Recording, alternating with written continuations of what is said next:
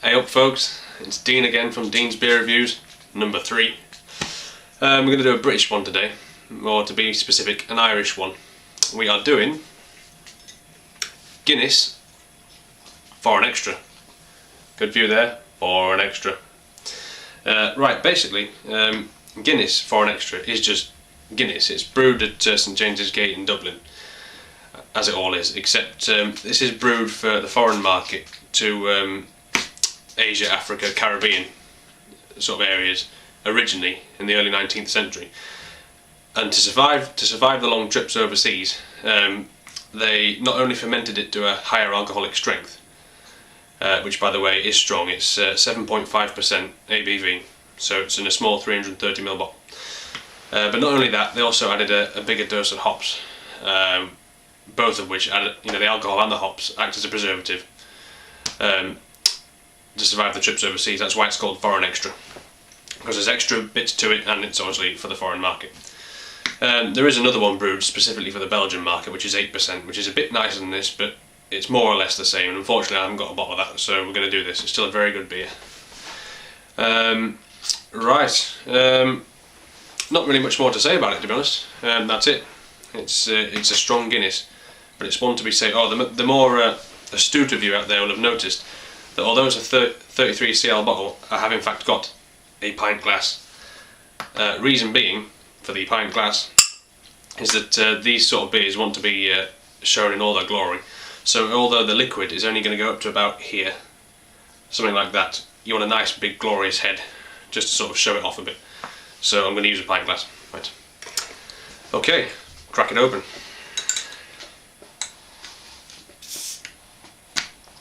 Right. Not much to it there. Nice decorative bottle cap there. Guinness. Okay.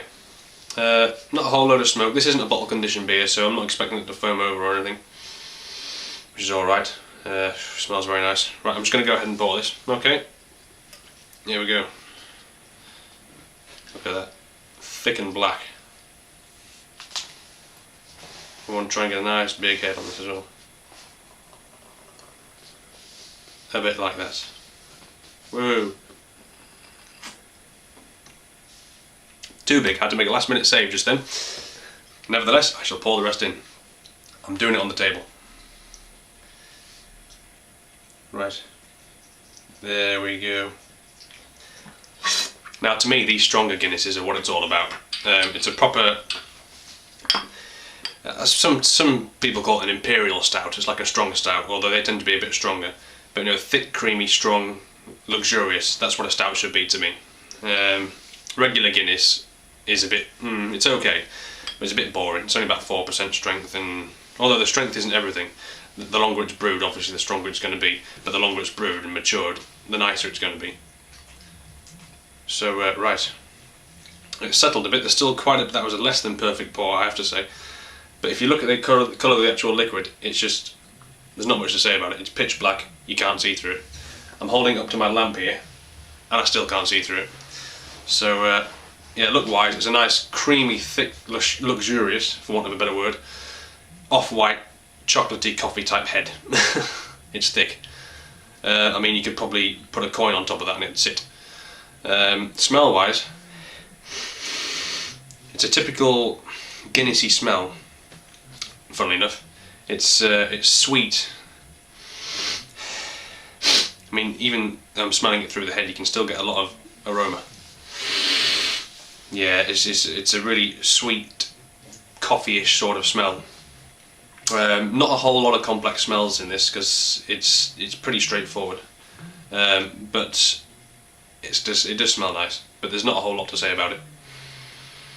Right, it's settled now. I'm going to go ahead and have a taste. Before I do, though, a little shout out to a good friend of mine, the Big Jimboski. Thanks for the nice comments on Facebook. This one's for you.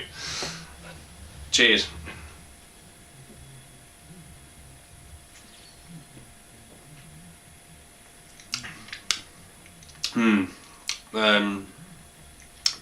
If you've served it at the ideal temperature, which is about 15-16 degrees, which I think I just about have, so it's not so cold, so you don't freeze your palate. There's a lot of nice taste come from this. The first thing you get on the end of your tongue is sweetness, but a burnt malty sort of feel in your mouth. Mouthfeel wise, it's a heavy feeling beer. It's fairly heavy bodied.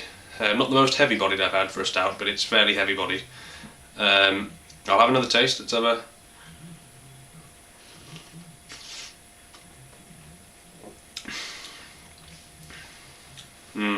It's very nice.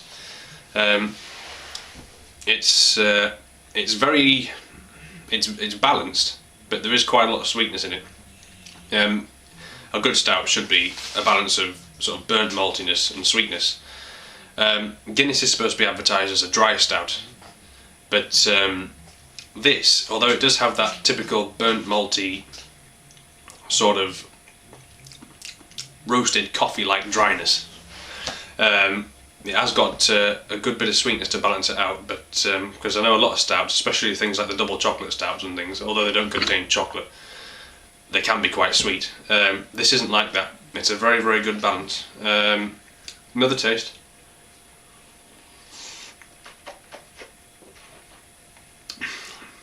You always get different things on, after this sort of second or third taste.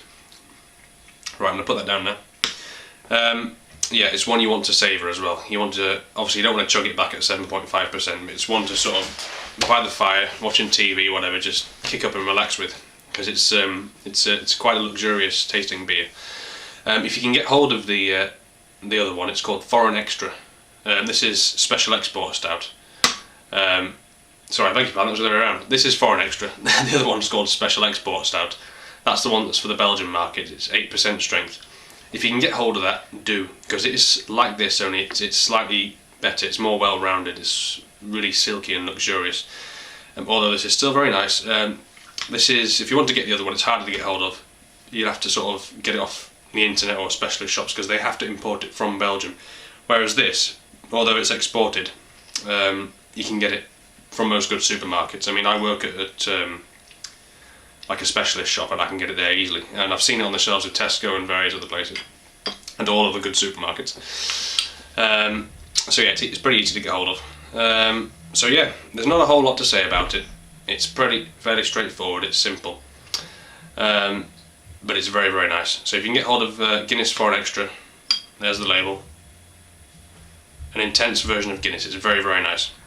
Okay, I've got to wrap this one up, folks. So have a good night, and cheers.